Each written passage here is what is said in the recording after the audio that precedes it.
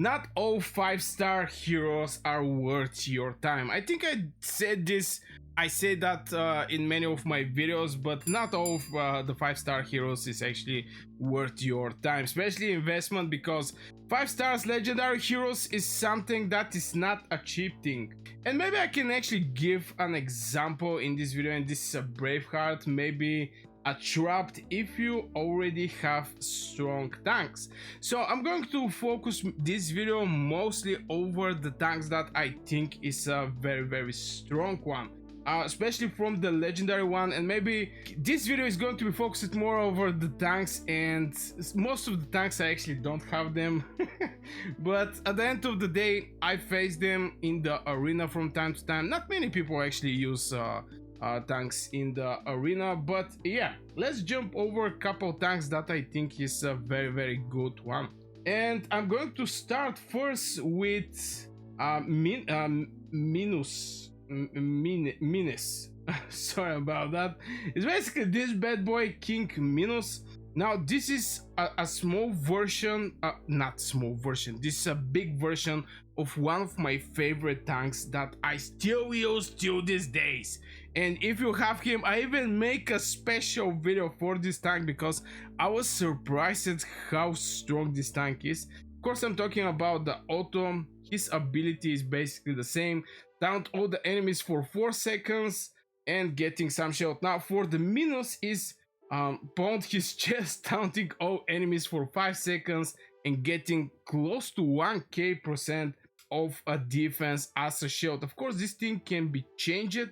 As you can see, it's like 1110% of defense as a shield and increased defense by 2%. Lately, the shield is going to stay the same, but the defense just increase by little on the next level.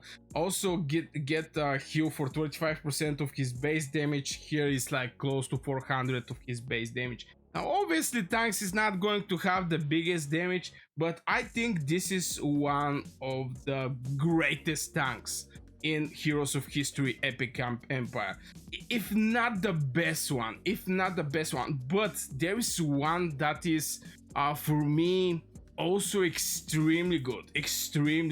And yeah, just couple words over the Minos, the King Minos. Now if you check it out, Braveheart, the ability perform a powerful swords attack dealing 70% damage to enemies within the range of 3. Now this tank don't have taunt, okay? It don't have the taunt. Now why we actually need taunt? The main reason is the AoE heroes get protected.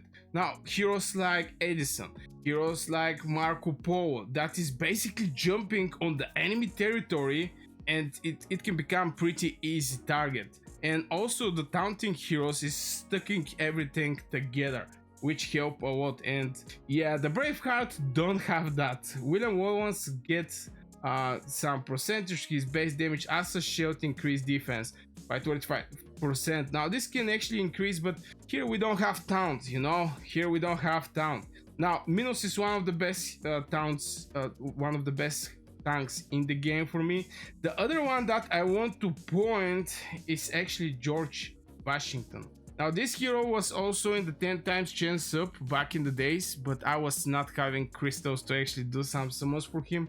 Now why I actually think maybe if not this is the best hero, but I think Minos is one idea better from Washington. Now why I think this hero is very special, and this is the souling that he is doing.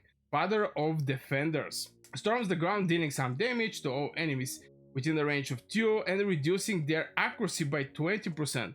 Now accuracy is something that I see with Napoleon. Do we have Napoleon here? No, I don't see him. Where is? I think Napoleon was heavy infantry. Where is this bad boy? Is it heavy infantry? Okay, there he is. Yeah, he is heavy infantry. This is my first legendary hero that I get back in the days. I think it's very good. Here we're talking about invasion, to be honest. So yeah, we're going to go back to the tanks. Now what is special about Washington is this chain link, you know, damage to enemies within the range of 2 and reducing their accuracy by some percentage for 8 seconds. So basically they're going to miss. The regular charge is 12 seconds.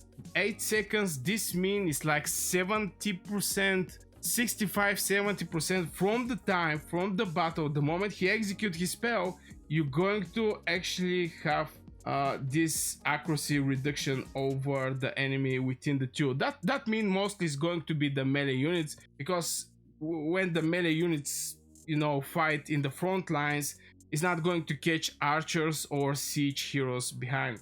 Also, Link's all friendly unit souls for 6 seconds. Soul Link units share incoming damage between them. So here is the thing, and why I actually like this thing by a lot. Now the time is not that much, it's like 6 seconds, but it's going to be extremely hard any of your heroes to die, because the enemy cannot focus or concentrate their power on specific hero. You know, you have Robin Hood. I have Robin Hood, by the way. With Robin Hood, he's one-shotter, especially if you have good relic on him, like I have on him Excalibur. Robin Hood and the dot he's applying, I'm basically killing the hero I'm hitting is dead after maybe couple seconds. But with the Soul Link, this thing cannot actually happen, because, you know, it's going to share the damage between all the heroes. And if you have some heroes like Hatshepsut, if you have heroes like let's say maybe Lily, Tiger Lily, or some heroes that is doing some AoE healing, is this combination George Washington with AoE healer, basically for all friendly units, I think is absolutely crazy, and is going to be outperforming the majority of the fights in the arena, especially in the arena. Now, because your front lines is going to be very hard to be killed. If the hero don't die, that means he's going to trigger his spell, and the spell is going to do damage. It didn't actually matter if the hero is going to be on 5% or is going to be on 20%, the damage the spell is going to do is going to be the same. That's why it's very important to keep your heroes alive. And I think with Washington you can actually do that. Very solid hero.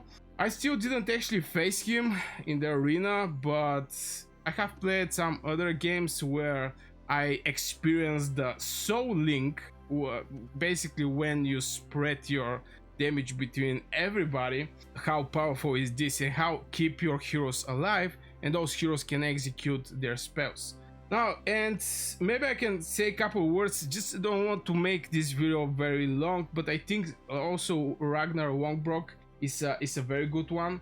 Ragnar teleport towards the furthest enemy, taunting them and all units in the range of 2. Now here it's not actually taunting all the units, for example, like all enemies. Here you have reduced place, like in the range of 2, burning them for 96% damage and shielding himself for 975%.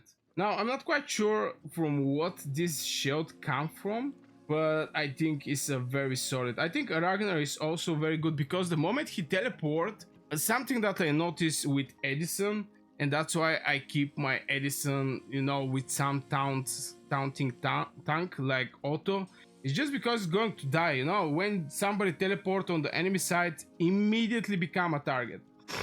That's why I think Ragnar is also a good hero, especially for the shield he's going to receive. And maybe the last one actually is going to be Caesar. Now Caesar is a hero that I still want to get. Invokes the power of Rome, taunting all enemies for 5 seconds and become invisible for 3 seconds.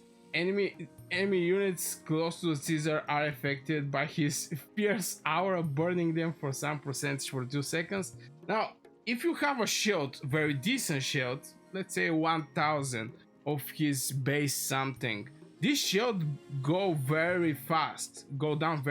I see on Otto. I mean, on the lower levels, the shield actually keep him alive, but this thing is invisible for 3 seconds, which I think is something like a big shield. You know, for 3 seconds he's not going to receive anything. So I also like Caesar. Yeah. So these 4 tanks, I think, is maybe the tanks that you should actually focus your attention. Obviously, a majority of the people are needing good tanks for treasure hunt. I make a video about Herman, how he's a cheap version that you can use. You can also use Otto, is a good one. Now Hassan also have taunt and getting some defense, but it's squishy. I mean, this is a 2-star hero. It's close to 5-time awaken. Basically, I need 3 more to get like 80 more defense. But yeah, this is my favorite 4 tanks, by the way, and I think it's an extremely good one. Let me know in the comments your personal opinion over these 4 tanks. Also, I see a lot of time I see Braveheart. I face Braveheart a lot in the arena, and I don't think it's that good hero, you know. But if you don't have anything else, it's a good one, you know. But if you are chasing the best one, I think this is the 4 best one. Now we also have this bad boy, which is Philip II of Macedonia. Ward shield some good of his base damage and taunt all enemies for 5 seconds after it detonates, dealing 9% of the shield. Now this 5 seconds, I'm not so sure I like it, but this one is also a good one. This one is also a good one. But yeah, by comparing Braveheart to the rest of the heroes that is getting some taunt or having this soul link and etc., I think Braveheart is maybe the weakest tank that is in this collection of these S6 heroes, that is basically defenders, heavy infantry defenders. Of course, this is my opinion. Let me know your in the comments below. Don't forget to like the video if you enjoyed so far. Subscribe, become a member if you want to support the channel. I wish you a great day and see you in the next video.